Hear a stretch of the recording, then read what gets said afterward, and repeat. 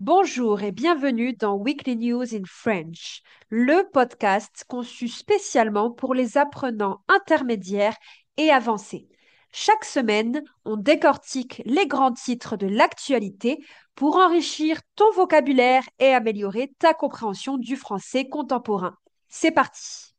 Comme d'habitude, trois parties, en France, en Europe et enfin à l'international. En France, la semaine s'annonce cruciale pour le gouvernement de François Bayrou. Le Premier ministre doit faire face à un vote de confiance le 8 septembre à l'Assemblée nationale concernant le budget 2026, qui propose notamment la suppression de 2 jours fériés pour réaliser 44 milliards d'euros d'économies. Ce budget est fortement contesté et les rapports de force actuels laissent penser que François Bayrou pourrait ne pas obtenir la majorité absolue nécessaire pour son maintien. S'il échoue, il devra remettre sa démission et celle de son gouvernement au président Emmanuel Macron. Emmanuel Macron tenterait alors de former une nouvelle alliance, potentiellement avec des membres du Parti socialiste et des écologistes, afin de casser l'union de la gauche. Cependant, l'incertitude demeure quant à la volonté de ces partis de gouverner avec le camp présidentiel. Une dissolution de l'Assemblée nationale, synonyme de nouvelles élections législatives, est une hypothèse, mais n'est pas l'option privilégiée par le président. Parallèlement, une motion de censure de la France insoumise sera votée le 23 septembre, bien que ses chances d'aboutir soient faibles. Une motion de censure est une résolution du Parlement qui exprime sa désapprobation et retire sa confiance au gouvernement, ce qui entraîne sa démission. Sur le plan social, l'aide médicale d'État AME, qui permet aux personnes sans papier d'accéder gratuitement aux soins, pourrait être restreinte.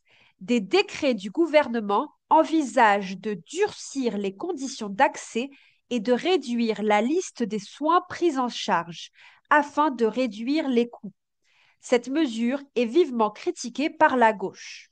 Enfin, une étude révèle qu'un quart des jeunes âgés de 15 à 29 ans en France présenteraient des signes de dépression, un chiffre presque doublé depuis 2017.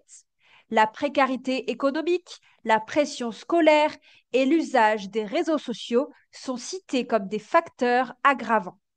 En Europe, un nouveau tournant dans la guerre en Ukraine a été marqué cette semaine.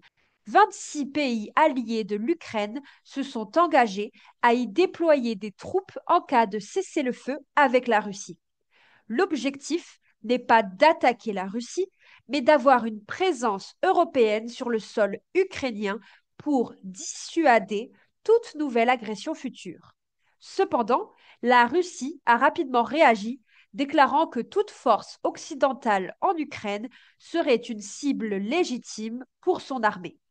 La France et le Royaume-Uni sont considérés comme de potentiels contributeurs majeurs à cet envoi de troupes. D'autre part, l'accord commercial entre l'Union européenne et les pays du Mercosur, Brésil, Argentine, Uruguay, Paraguay et Bolivie, a été validé par la Commission européenne. Après des années de discussion, cet accord vise à faciliter les échanges, notamment l'exportation de voitures et machines européennes et l'importation de produits agricoles sud-américains. Il est toutefois contesté en France par certains syndicats agricoles et partis politiques qui craignent une fragilisation des filières européennes. À l'international, la situation humanitaire est dramatique en Afghanistan.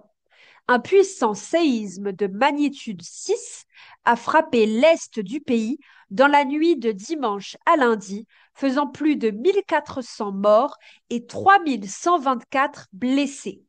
Les recherches de survivants sont toujours en cours et le bilan pourrait encore s'alourdir. L'ONU estimant que des centaines de milliers de personnes pourraient être touchées. Plusieurs pays et organisations, dont l'ONU et l'Union européenne, ont promis d'envoyer une aide matérielle, financière et humaine d'urgence. Sur le plan géopolitique, un sommet historique a eu lieu à Pékin, en Chine, réunissant le président chinois, le président russe et le dirigeant nord-coréen. Un sommet est une conférence internationale réunissant les dirigeants de deux ou de plusieurs pays sur un problème particulier. Cette rencontre, à l'occasion d'un grand défilé militaire commémorant le 80e anniversaire de la fin de la Seconde Guerre mondiale, symbolise un rapprochement fort et la volonté de ces pays de se présenter comme un contrepoids à l'influence occidentale. Enfin, la bande de Gaza reste au cœur de l'actualité.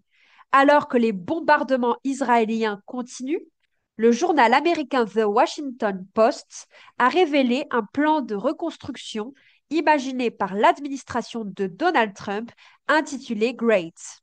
Ce projet controversé envisage de transformer Gaza en une French Riviera du Moyen-Orient, avec hôtels et entreprises technologiques après une relocalisation temporaire des plus de 2 millions d'habitants.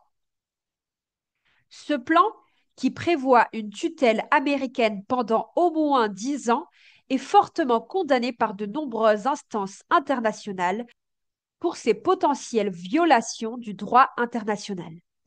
Je vous remercie pour votre confiance. On se retrouve la semaine prochaine pour un nouvel épisode du podcast.